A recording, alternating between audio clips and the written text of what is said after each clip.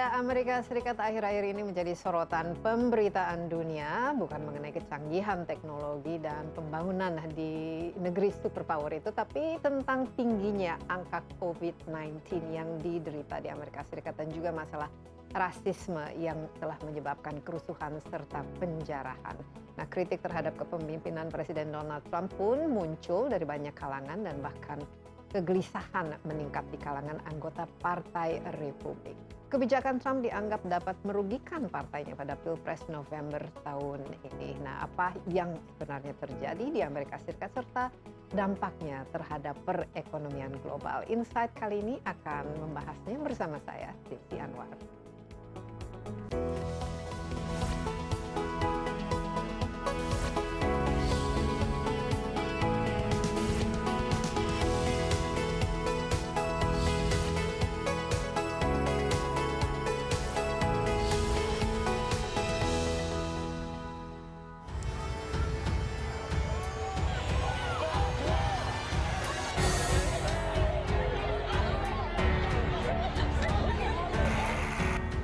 Amerika Serikat kembali menjadi sorotan dunia. Setelah menjadi negara dengan angka penyebaran tertinggi kasus COVID-19, negeri Paman Sam kini kembali ramai dengan kasus berbau rasisme. 25 Mei menjadi awal mula kerusuhan. Pemicunya adalah rekaman video yang memperlihatkan seorang pria berkulit hitam bernama George Floyd tewas setelah lehernya ditekan dengan lutut seorang polisi Minneapolis. Tindakan ini menimbulkan gelombang protes anti-rasisme di sejumlah negara bagian di Amerika Serikat dan belahan dunia lain. Aksi protes di Amerika Serikat berakhir ricuh dan diwarnai bentrokan dengan polisi. Isu berbau rasial dalam masa pandemi COVID-19 saat ini juga bersama dengan naiknya suhu politik menjelang pemilihan presiden pada November mendatang. Beberapa pakar hak sipil menilai ledakan amarah warga hanya masalah waktu. Hal itu tak lain karena peningkatan ketegangan sosial dan penangkapan terkait isu rasial. Faktor kepemimpinan di Amerika Serikat juga memperparah situasi. Presiden Donald Trump yang pada awalnya menyesali kematian Floyd dinilai hanya mengobarkan ketegangan melalui cuitan-cuitan di akun Twitternya. Sikap dan pandangannya dinilai justru memantik lebih dalam sentimen segregasi kulit putih dengan kulit hitam.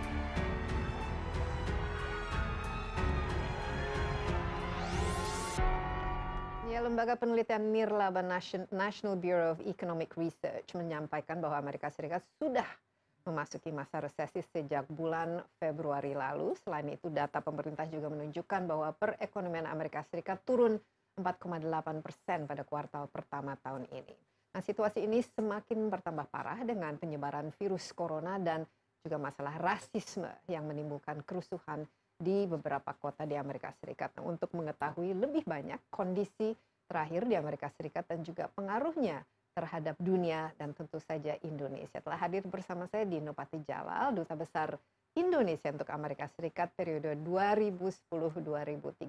Halo Ambassador Dino, apa kabar? Baik, terima kasih. Sehat Desi. Selalu ya? Sehat, aman. Yeah. Udah tes juga. Sudah tes, tapi kita masih tetap social distancing. Yes. Nah, akhir-akhir ini, dan ini merupakan sesuatu yang menjadi isu yang marak, bukan saja di Amerika Serikat, tapi juga di Indonesia. Kita melihat wajah Amerika Serikat yang mungkin selama ini kita tidak pernah melihatnya. Negara adidaya ini mengalami 3 krisis. Krisis kesehatan, krisis ekonomi, dan juga sekarang ini krisis sosial. Nah, ketiga krisis ini dalam proporsi yang bisa dikatakan untuk krisis kesehatan tahun 1918 ya mungkin terakhir mengenai Spanish flu itu. Amerika Serikat memiliki begitu banyak korban, paling banyak di seluruh dunia. Dari segi krisis ekonomi bisa dikatakan kembali kepada tahun 1930-an di mana ada depresi di Amerika Serikat saat itu, dan terakhir adalah kerusuhan berbasis rasial. Mengingatkan kembali tahun 68-an, mengingatkan kembali kepada masa Dr. Martin Luther King di assassinate atau dibunuh. Pak Dino, bagaimana melihat semua ini, apalagi khususnya kasus rasisme ini yang memicu begitu besar ya protes? Ya, sebetulnya semua ini totally tidak diprediksi akhir tahun lalu, right? tiga hal ini yang dikatakan Desi. Bahkan banyak teman-teman saya yang bilang dulu Trump is the one to beat. Maksudnya susah sekali dia akan jatuh. Mengapa? Karena ekonominya lagi bagus-bagusnya, ya, unemployment juga sangat rendah dan lain sebagainya. Dan Make America Great Again, Make America itu Great slogan Again, yang gitu. bisa Jadi dirasakan, ya. sekarang situasi memang sangat berubah dan makanya Presiden Trump sekarang sangat cemas sekali karena senjata pamungkasnya yaitu economic achievement, ya, prestasi ekonomi sekarang tidak bisa dijadikan dagangan lagi. Tapi yang memang saya sangat surprise mengenai protes terhadap kematian George Floyd, ya. ya. Yang surprise itu apa? Surprise itu karena meledak menjadi suatu isu nasional yang luar biasa.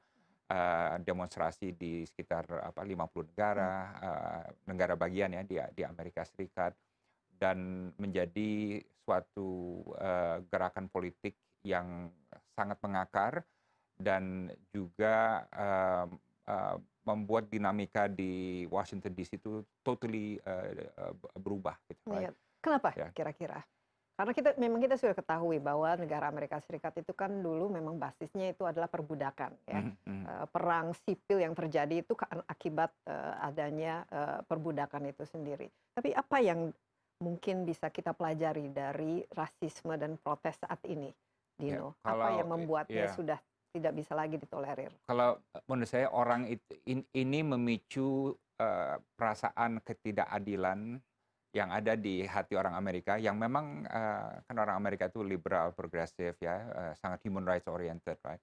Dan saya kira mereka melihat hal seperti ini terjadi di masa sekarang, ya, setelah ada black president dan lain sebagainya, itu mereka tidak bisa terima. Tapi ini juga membuktikan memang walaupun kondisi rasisme di Amerika sudah jauh lebih membaik, tapi rasisme itu masih ada. Dan apalagi kalau rasisme dicampur dengan kasus-kasus police brutality, right? Jadi sewaktu dulu saya pernah di Amerika waktu SMA, right? Ini akhir tahun 79, 81, 83 gitu, ya. Dan tinggal di Virginia, di tempat yang dulu banyak slaves-nya. Dan di sana pun saya dulu masih merasakan, ini akhir tahun 70-an, rasisme. Dalam arti saya tidak banyak melihat orang kulit putih dan kulit hitam pacaran secara publik, misalnya. Dan kalau lihat tonton TV, baik secara nasional maupun lokal, nggak ada tuh kalau dating game white girl dan black guy itu nggak ada tuh, right? Jadi masih terasa kentara sekali. Dan ini membuat Amerika agak unik memang di kalangan negara Barat karena seperti di Kanada gitu, ya, nggak ada tuh trauma kondisi seperti itu, ya. Kalau kita di Eropa juga nggak seperti itu. Jadi Amerika memang yang masih terkena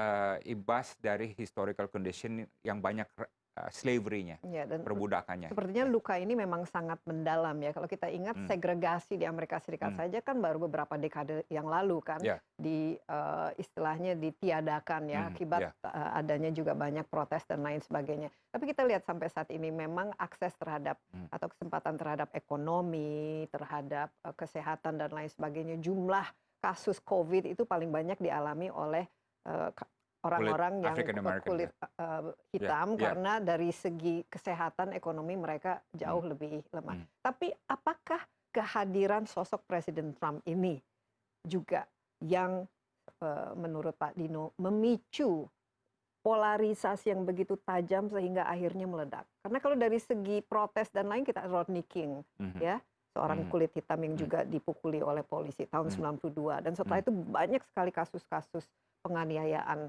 oleh polisi, biasanya kulit putih terhadap warga kulit hitam. Ya, kalau saya melihatnya antara Obama dan Trump jomplang sekali, right? Jadi kita lihat waktu dulu Obama ada kontroversi mengenai Reverend Wright, pendetanya tuh, yang dibilang anti Amerika dan lain sebagainya. Dan dia hampir kalah karena asosiasinya dengan pendeta Wright. Apa yang dilakukan? Dia membuat pidato yang konon adalah pidato yang paling sulit yang pernah dibuat, tapi juga paling cemerlang dalam arti menempatkan konteks rasisme di Amerika dalam proporsi yang bijak, gitu. A lot of wisdom. Orang jadi seneng dengarnya, gitu. Trump nggak begitu.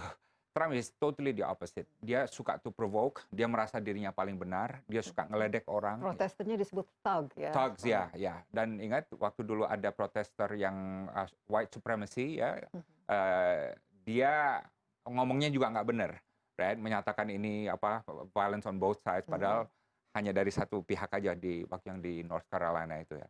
Jadi intinya dia Trump sampai sekarang tidak bertindak sebagai leader, sebagai statesman, dan ucapannya justru banyak yang memicu polarisasi ini. Dan juga kebijakannya gitu, ya kan. So, jadi banyak orang yang bilang dia itu sebetulnya closet racist ya. Ini ucapan orang-orang di Amerika ya, saya tidak menuduh. Menurut mungkin bukan closet juga karena kalau baca Twitternya. Jadi sosok Trump ini mungkin membuat polarisasi ini semakin tajam karena dia bukan sosok yang menyatukan. Sementara mungkin Presiden Obama lebih menyatukan ya, dan ini justru mengeluarkan semua unek-unek itu. Kita istirahat sebentar Pak Dino, tapi kita masih panjang ya. Insight with Desi Anwar akan segera kembali.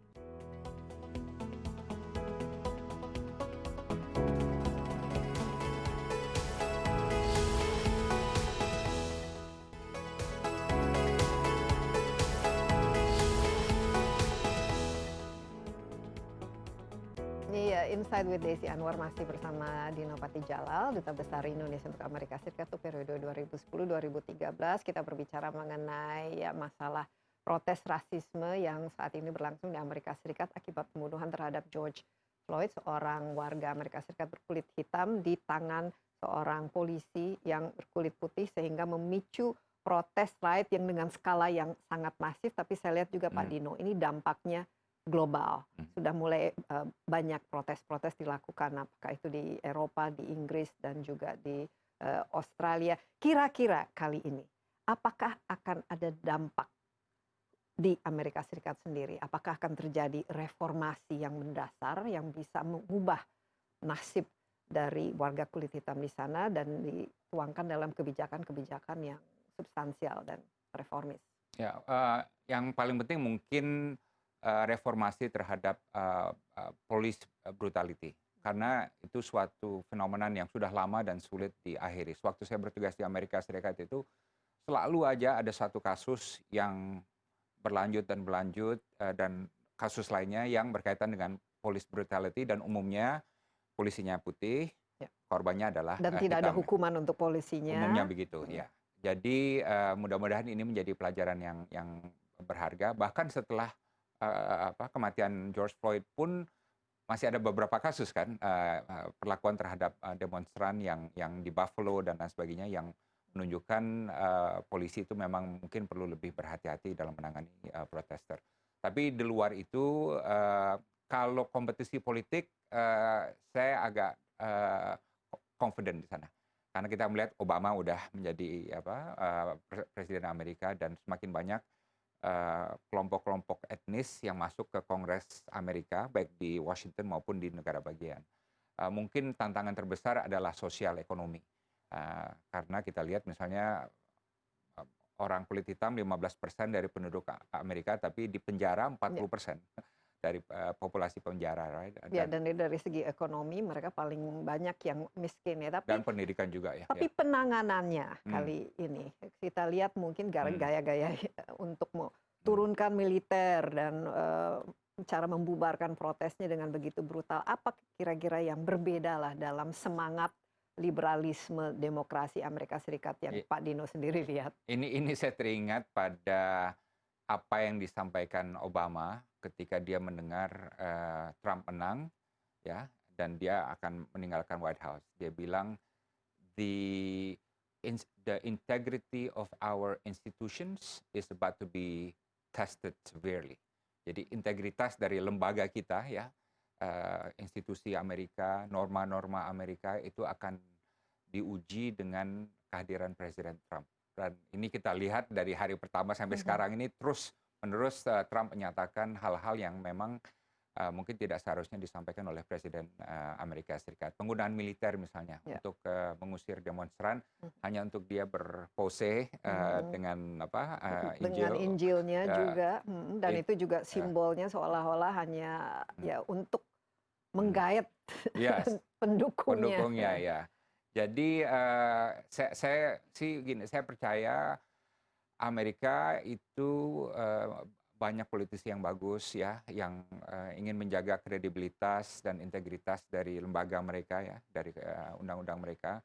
Dan saya kira tidak akan semudah itu bagi Trump untuk melakukan hal-hal semaunya dia. Walaupun dia Iya. pernah bilang kan bahwa saya bisa melakukan apapun. Iya, dan dia bisa melakukannya karena terus didukung oleh Partai Republiknya, Ya. dan mungkin sekarang sudah ada beberapa yang apalagi kritiknya terhadap jenderal-jenderal, Hmm, dan hmm, kelihatannya sudah hmm, cukup banyak ya, hmm, dari segi pollingnya hmm, ya, juga kepopularitasnya sudah hmm, mulai menurun. Tapi hmm, secara global kita lihat ini ada protes-protes, tapi juga ada eh, patung-patung kolonial, hmm, patung-patung istilahnya pedagang perbudakan itu di negara-negara seperti Inggris, di Australia itu sudah mulai hmm, diturunkan lah, dihilangkan. Apakah kita melihat ini sejarah hmm, eh, sekarang hmm. berbicara lah istilahnya, accountability for past historic mistakes. Jadi karma dari sejarah perbudakan kolonialisme itu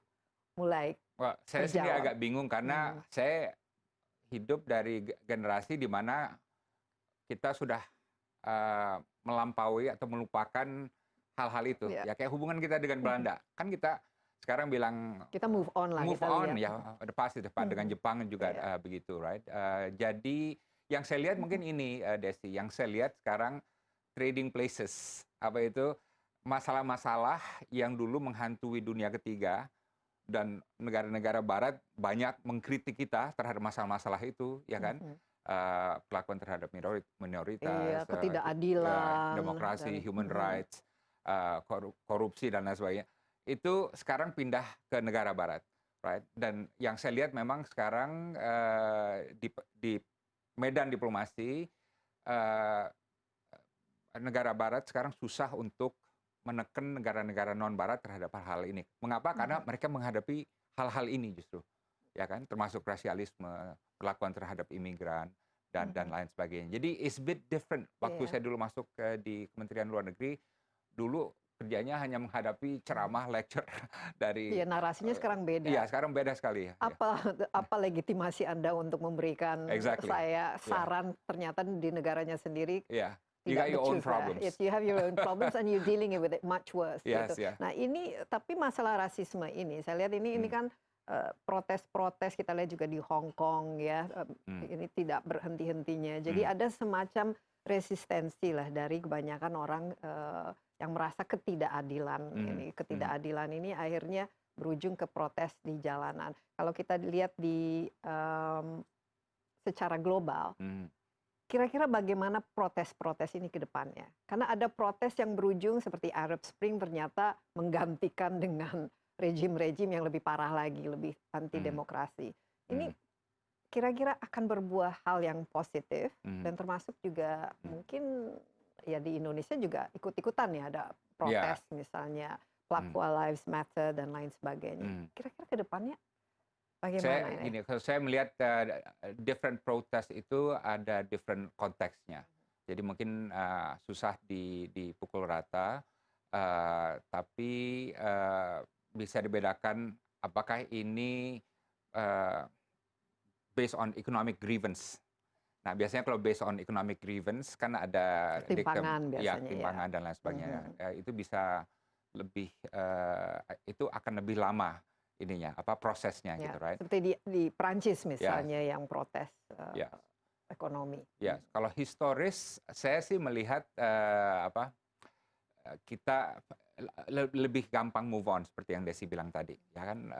Apalagi kalau udah a new generation yang nggak merasa apa yang dirasakan generasi sebelumnya. Kalau di Indonesia saya lihat memang agak agak latah, right?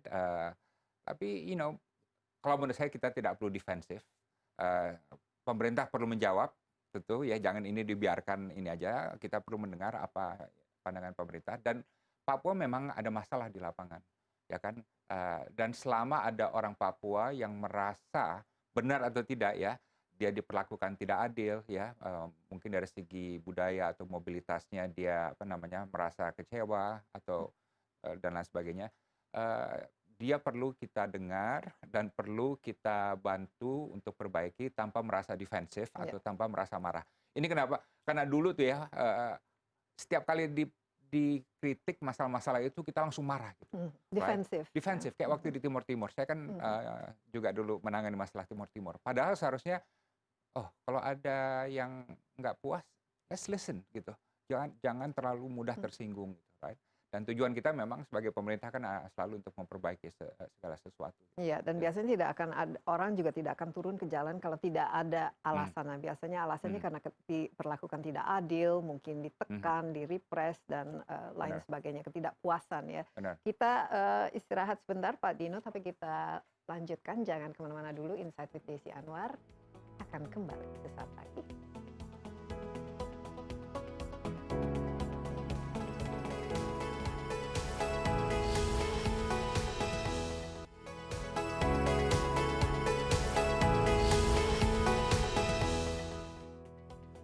Ya, kita lanjutkan Insight with Desi Anwar. Saya masih ditemani oleh Dino Patijalal. Dino dulu adalah Duta Besar Indonesia untuk Amerika Serikat periode 2010-2013 di zaman Presiden Obama. Ya, kalau kita melihat Presiden Obama, presiden kulit hitam pertama, dan mungkin masalah rasisme atau masalah diskriminasi seolah-olah nggak mungkin ada lagi. Tapi ternyata mungkin justru ya karena ada sosok presiden kulit hitam yang membuat ternyata masih banyak orang di Amerika Serikat yang sakit hati dengan kehadirannya. Ada yang ingin make America great again itu ya, Pak Dino ya. Itu Obama, yang selama ya. ini mungkin tidak terlalu diperhatikan khususnya oleh para media yang cenderung lebih liberal. Benar. Pertama saya ada kewajiban untuk menyampaikan dengan Obama itu adalah the dream years dalam hubungan Indonesia Amerika tuh. Ya kan, bukan hanya karena dia presiden yang sangat gimana gitu ya, idealis dan progresif. Tapi dia beda sekali memang, charming, dan cara bicaranya bagus. Bisa bahasa Indonesia. Dan dalam hatinya itu banyak Indonesia. Bijak. Ya. Kalau setiap kali ketemu saya selalu diistimewakan sama dia gitu ya. Nah, tapi kedua juga Obama banyak hatersnya. Banyak sekali. Right? Obamacare sangat tidak populer di kalangan sebagian kelompok Amerika Serikat.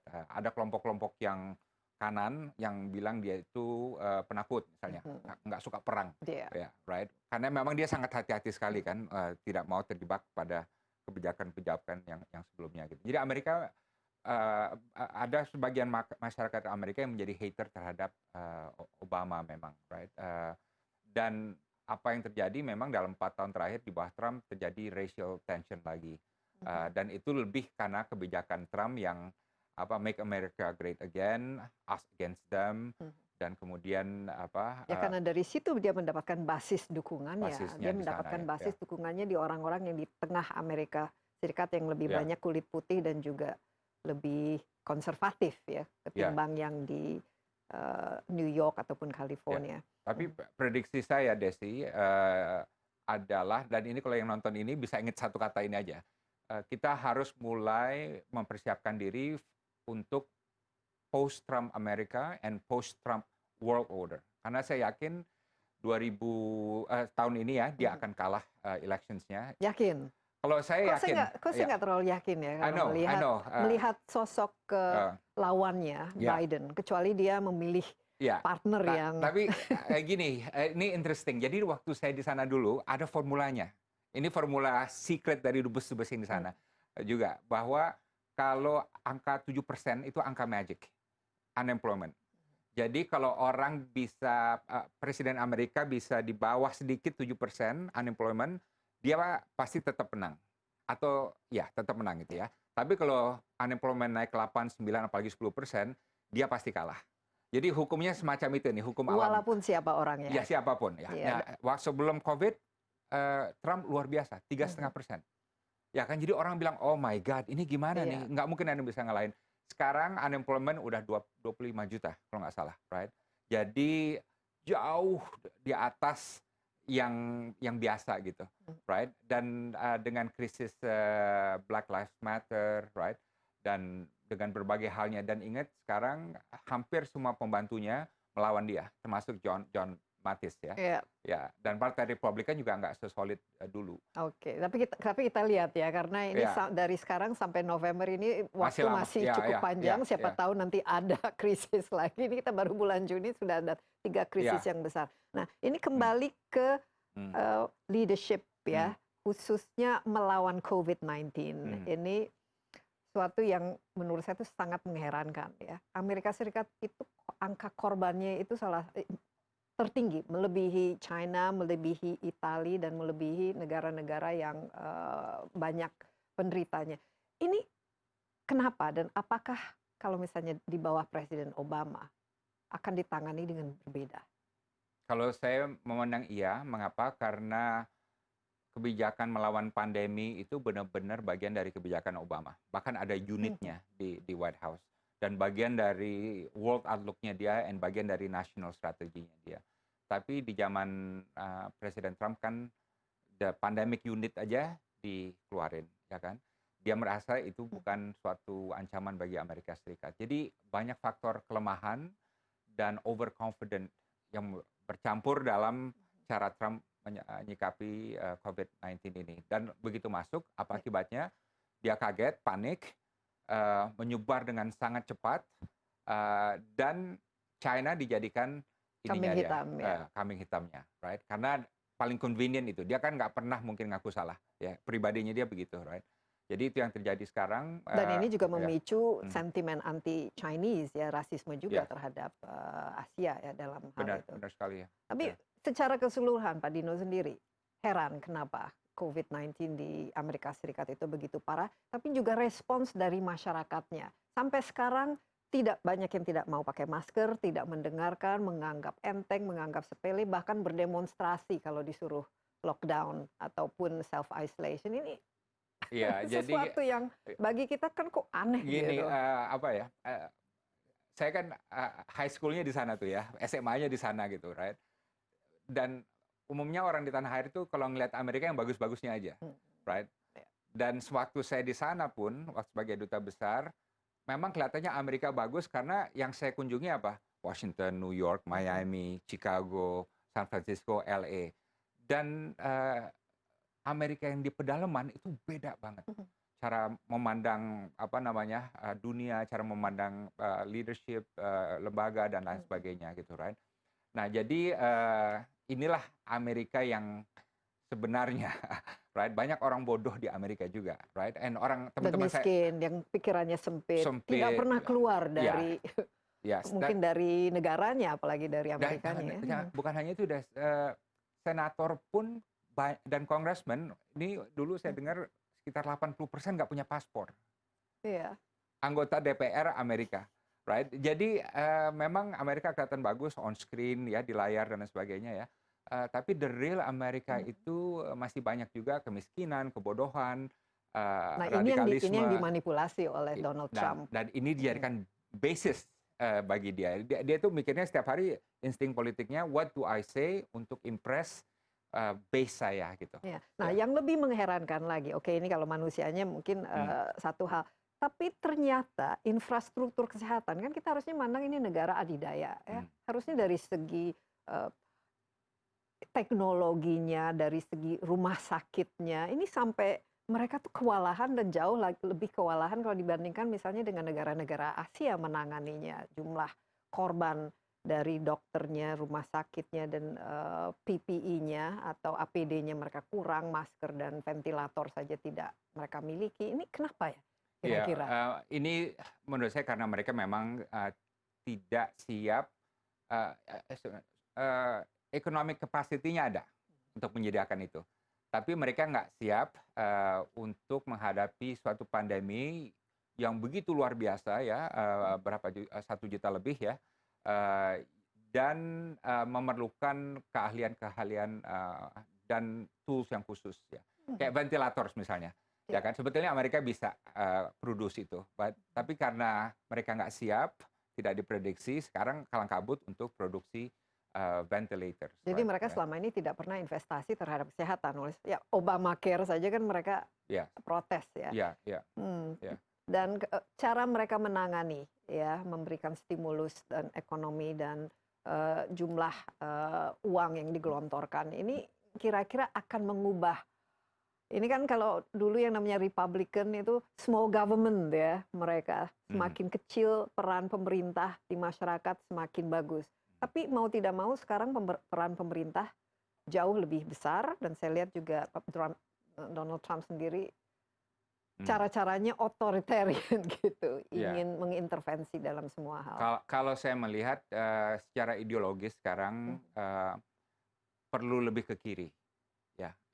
Makanya dulu preskripsi dari Bernie Sanders, universal healthcare, yang orang bilang wah itu sosialis itu segala macam. Kita saja punya BPJS di Amerika.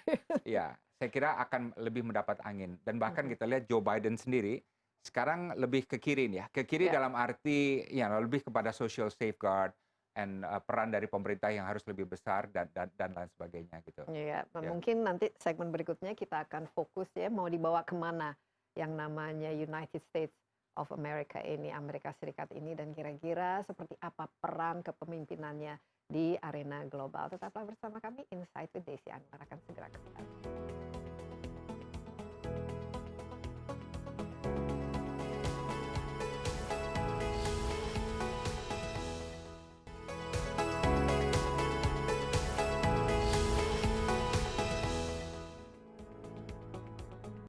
Ya, Insight with Desi Anwar, ada Dino Patijalal, Duta Besar Indonesia untuk Amerika Serikat periode 2010-2013, kata Pak Dino, itu zaman emas ya, dari kepemimpinan Amerika Serikat khususnya di dunia global. Kalau Presiden Obama berbicara, semua orang tuh langsung wah, apalagi Indonesia ya, kita merasa bahwa ada harapan, ada perubahan, ada keperadaban yang lebih baik. Tapi dengan adanya Donald Trump ini kelihatannya pendulum sama sekali berubah. Nah, bulan November nanti akan ada pemilu di Amerika Serikat untuk periode kedua Donald Trump atau untuk mengakhiri periode pertama. Pertanyaannya, sekarang apa yang di tengah adanya krisis kesehatan, ekonomi, sosial ini, apa yang akan menjadi landasan dalam mencari wajah Amerika Serikat yang baru, khusus bagi warga Amerika Serikat? Apa yang dipertarungkan sekarang, apalagi dengan adanya polarisasi, rasisme, dan juga antara sayap kanan, sayap kiri, dan berbagai macam masalah? Kalau pertama, jobs akan menjadi isu penting dan selalu menjadi isu penting. Right? Lapangan kerja ya. Lapangan pekerjaan ya. Kedua, saya melihat pendulumnya akan, Amerika itu kayak pendulum ya, dari sini, kiri dulu, tengah, kanan, terus balik lagi gitu. Di Trump di sini nih, di kanan ya, saya melihat appetite dari masyarakatnya adalah kembali ke tengah, lebih ke tengah, dan itu akan menguntungkan Joe Biden, right? Karena ini mungkin nanti similar waktu Jimmy Carter juga begitu, ya. Orang suka dia misalnya ya, tapi ekonominya buruk sekali, dan orang bilang oke, let's try something else. Jadi saya melihat kemungkinan besar Trump akan kalah, apalagi ingat waktu dia menang dulu, dia margin dari segi populernya sebetulnya Hillary yang menang. Ya, 3 juta ya. Ya, dia hanya menang karena matematika electoral college, right, gitu. So mungkin ini tidak akan go in his favor lagi ya, kita lihat nanti. Tapi saya tetap melihat jobs, economic recovery itu akan menjadi masalah kunci. itu, identitas itu, rasisme dan lain sebagainya, sejauh mana ini penting, dan juga post-COVID, trauma ya akibat COVID ini, seberapa jauh akan mempengaruhi? Pemilu akan terjadi pada saat di mana kemungkinan besar belum ada vaksin di Amerika ya. Sekarang ini ada 2 perusahaan, Moderna, right? Teman saya bilang mereka akan produce 200 juta dosis tahun depan. Mungkin ya, tapi itu setelah pemilu ya. Ada lagi 1 perusahaan, Gilead, juga sedang banyak researchnya paling maju gitu ya.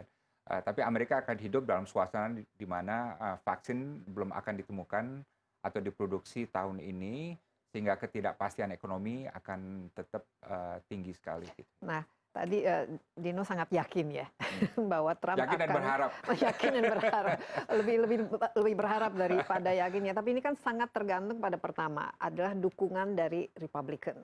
Kira-kira partai ini yang mati-matian hidup matinya itu di bawah Trump akan meninggalkan Trump. Ini kan kemarin kelihatan waktu voting Karena masalah impeachment. tidak ada sosok kandidat lain Iya. kan, selain Trump kalau dari Iya. partai Republikan. Ini mohon maaf sekali yang saya lihat ini political decency ya.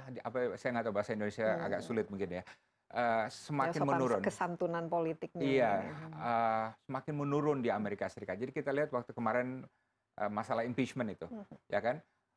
Banyak senator di Senat Amerika yang Republikan yang membela Trump. Mengapa? Karena posisi politiknya juga tergantung pada itu, bukan pada apa yang benar, right or wrong, benar atau salah. Tapi apa bedanya nanti November mendatang? Karena ini adalah satu-satunya kandidat yang mereka miliki. Sejelek apapun, tapi my leader gitu. Iya, bagi menurut mereka. saya itu akan tetap ini, akan tetap more or less coherent mereka ya. Walaupun mungkin ada yang break rank 1 atau 2 gitu ya. Tapi tentu Presiden Trump akan maju sebagai kandidat dari Partai Republik, right? Dan kalau dari Demokrat udah jelas ya. Nah, sosok Biden ini menurut saya ini kan another white man, an old white man. Jadi sosok kulit putih ya, dia bukan seorang Obama, ya. Kira-kira, nah untuk membuat memenangkan seorang seperti Biden, kenapa Obama itu bisa menang, itu karena voter turnout atau orang yang berbondong-bondong memilih itu luar biasa besar. Nah, salah satu yang membuat Hillary Clinton kalah itu karena dia mungkin tidak menarik bagi kulit hitam, minoritas, perempuan dan lain sebagainya, atau yang tidak suka lah dengan sosoknya. Ini kira-kira Biden ini cukup dia negatifnya menarik. juga tinggi. Negatifnya adalah pertama usia, dan walaupun usia sebenarnya nggak terlalu penting karena Bernie Sanders juga kuat di kalangan ini kan. Tapi paling tidak dia ada inspirasinya yang diberikan pada anak muda karena semangat ini. Jadi kuncinya dia harus memenangkan voters yang muda satu, right? Untuk itu retorikanya juga harus dirubah dan lain sebagainya, penampilannya dan lain sebagainya. Kedua, dia benar-benar harus bisa memanfaatkan aset-aset Demokrat, ya, lawan-lawannya dulu. Obama jelas, ya, Obama harus go out and campaign ya, Michelle juga, Bernie Sanders juga. Nah, pilihannya terhadap wakilnya itu pasti penting ya. Pasti penting ya. Siapa kira-kira yang harus? Itu harusnya? susah ditebak. Michelle Obama mungkin bisa membantu untuk. Mungkin bisa. Jadi gini, terakhir saya ketemu Obama di Kuala Lumpur ya, ini pas bulan Desember gitu, saya sempat tanya nih orang dekatnya, right? Gimana, why not Michelle, she'd be perfect gitu. Kalau menurut dia bilang dia tahu sekali bagaimana cara si Obama berpikir. Kalau menurut dia, the last thing they want to do adalah agar Michelle ikut dalam nggak ada appetite-nya gitu, nggak ada keinginan, nggak ada appetite gitu. Jadi paling menurut Dino sendiri, siapa yang paling cocok untuk mendampingi supaya bisa menggait ya masyarakat kulit hitam, mungkin orang yang ya anak-anak muda yang merupakan kunci ya dari kemenangan Obama. Mungkin bukan siapanya tapi kriterianya. Menurut saya wanita. Mengapa? Karena Trump negatifnya di kalangan wanita tinggi sekali, right? Jadi perlu dimanfaatkan untuk merebut pangsa wanita itu. Nancy Pelosi mungkin, right? Tapi mungkin enggak. Saya nggak tahu banyak. Atau dengan adanya rasisme ini, mungkin supaya tidak terlalu putih. Perempuan tapi kalau bisa ada kulit hitam, kulit coklat, hitam, kuning atau mungkin. Iya. Itu menurut Dino akan menarik. Sangat mungkin sekali ya, sangat mungkin. Kalau pemilu di Amerika itu masalah matematika politik dalam arti sewaktu Obama menang, dia tuh udah menghitung. Di sini saya pasti kalah, jadi nggak usah susah-susah.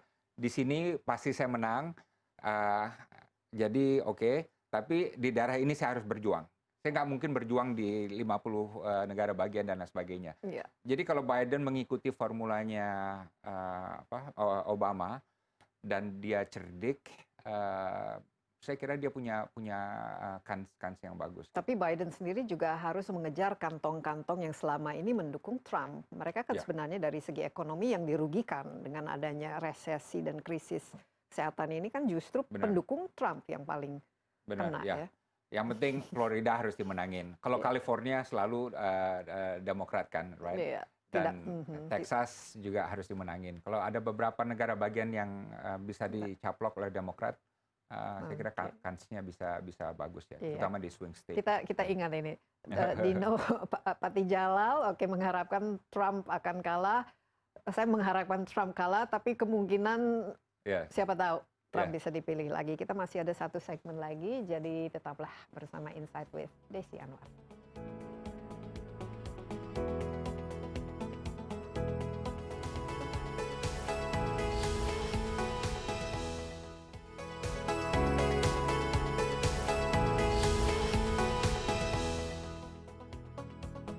Ya, masih bersama Insight with Desi Anwar. Tamu saya kali ini Dino Patijalal, ya, mantan dubes Indonesia untuk Amerika Serikat.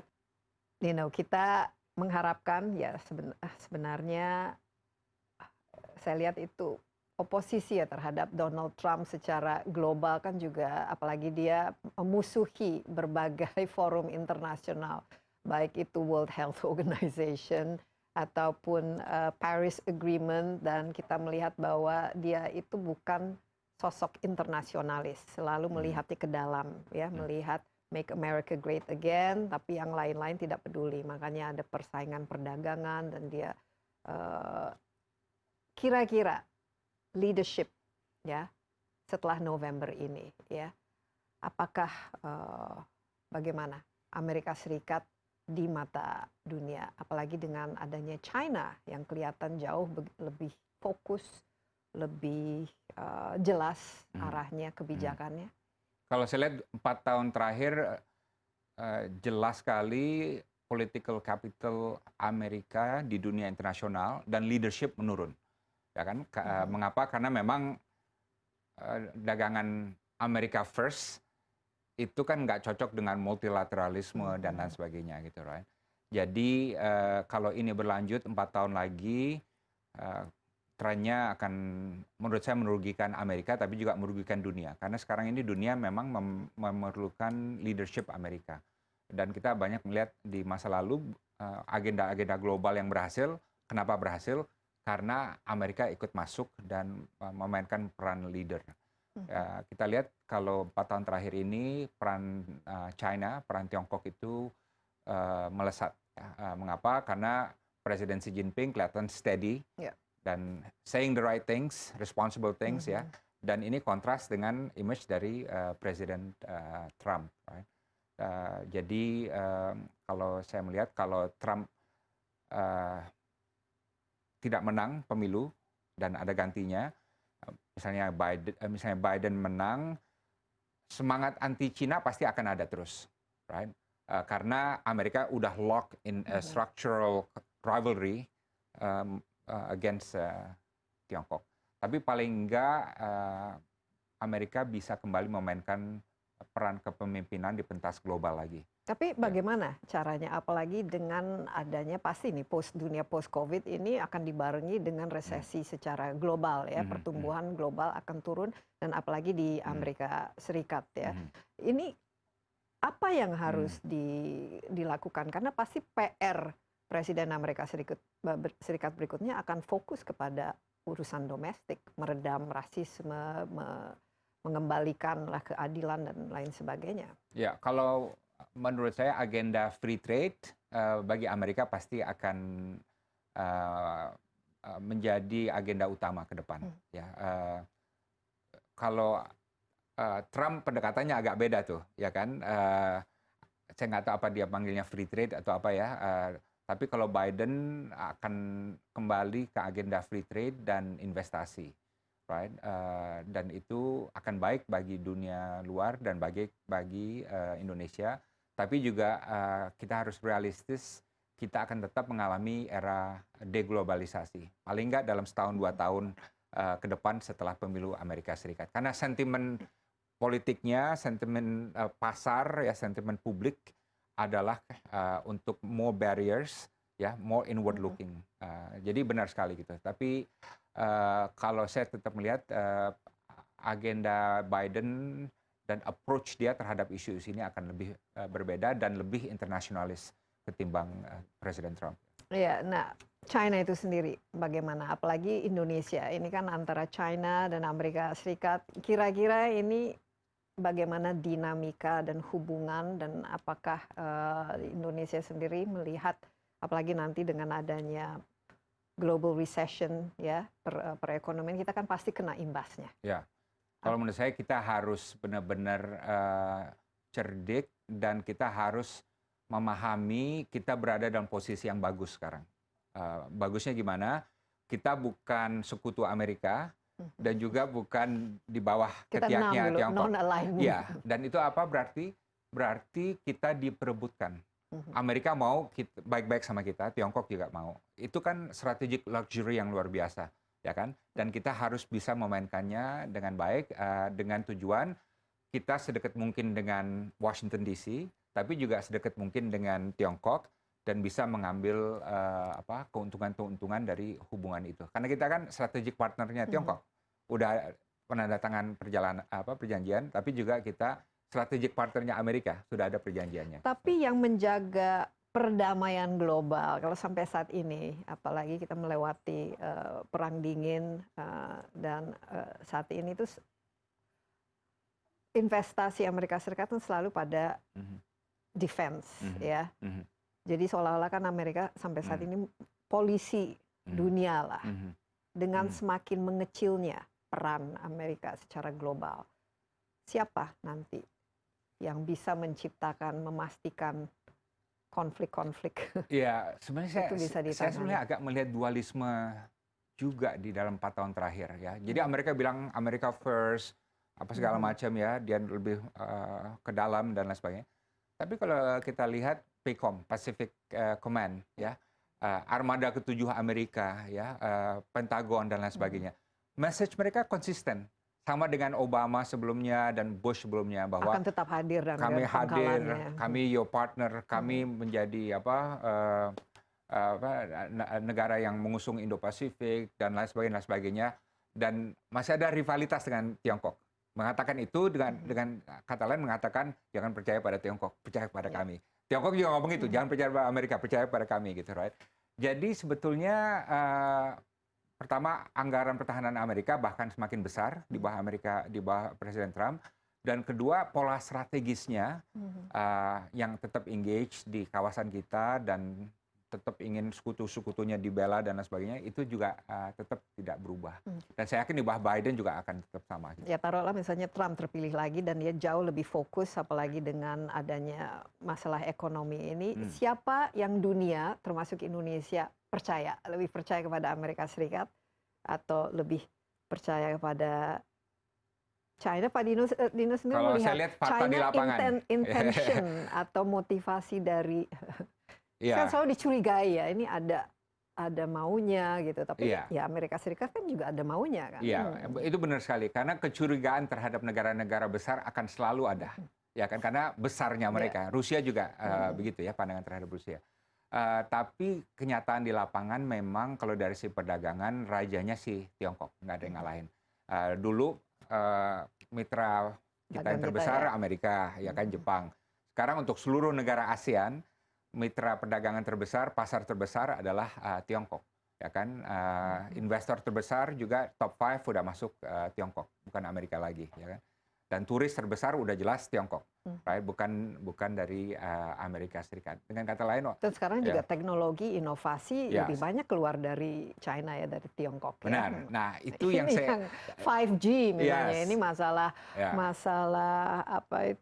siapa yang akan berperan paling penting, ya, dalam masalah teknologi. Jadi China kelihatan. Ya benar. Makanya kalau ini kita tonton pejabat-pejabat di sini, yang penting itu adalah Amerika dan negara barat lainnya itu mau kita berpikir seperti apa terhadap Tiongkok, ya, hati-hati, curiga segala macam. Tapi soalnya bukan negara demokrasi. Jangan lupa itu maunya mereka. Jangan kita mencangkok apa kemauan orang lain kepada kita, right? Jadi we have to understand what we want. Nah, itu yang paling penting dulu tuh. Dan dari sana kita baru bisa mengambil sikap. Kita harus pintar-pintar juga ya, karena kita bukan sekutu kan, bukan sekutu mereka ya. Cuman kita juga sangat memerlukan ya untuk dagang dan juga untuk teknologi selama kita masih belum bisa membangun ya teknologi itu sendiri. Nah, masalah 5G mungkin sebelum kita berakhir ini akan menentukan konstelasi dunia ini. Kenapa misalnya di Huawei di Amerika dan di Kanada itu ditekan terus, tapi mau tidak mau teknologi China ya paling murah, paling ada di mana-mana. Ya, ini kan akan ini masih menentukan. pelik ya, dan mungkin dan kita akan hidup dengan teknologi ini selamanya. Ya. Dan saya memahami sensitivitasnya karena kalau teknologinya udah kita adopsi, right? Ini dampaknya kemana-mana karena data dan informasi itu is king now, right? Jadi ada yang bilang begitu masuk mungkin bersih, tapi nanti kalau udah masuk semua bisa disadap gitu, right? Tapi mungkin juga dari opsi lainnya juga begitu. Apalagi sekarang dengan surveillance di mana-mana kan, data itu semua sudah ada dipegang oleh taruhlah Mark Zuckerberg, Facebook misalnya, Twitter, Amazon, Google, dan lain sebagainya. Benar ya. Menarik Pak Dino, terima kasih banyak. Memang tahun 2020 ini sepertinya tahun menentukan ya bagi kita semua ya. Banyak sekali dalam beberapa bulan ini kasus-kasus yang pasti akan dituliskan dalam sejarah the year where everything just collapse lah. Kita semua sampai dari COVID-19 ya yang menimbulkan pandemi secara global dan sekarang dari juga resesi ekonomi, dan pasti ini semua akan berimbas pada kita semua. Sekali lagi Pak Dino, terima kasih banyak atas insight-nya. Ya, demikian untuk insight kali ini, dan jangan lupa Anda juga dapat menyaksikan tayangan ini di cnnindonesia.com serta di YouTube CNN Indonesia Insight with Desi Anwar. Sampai jumpa dan stay safe.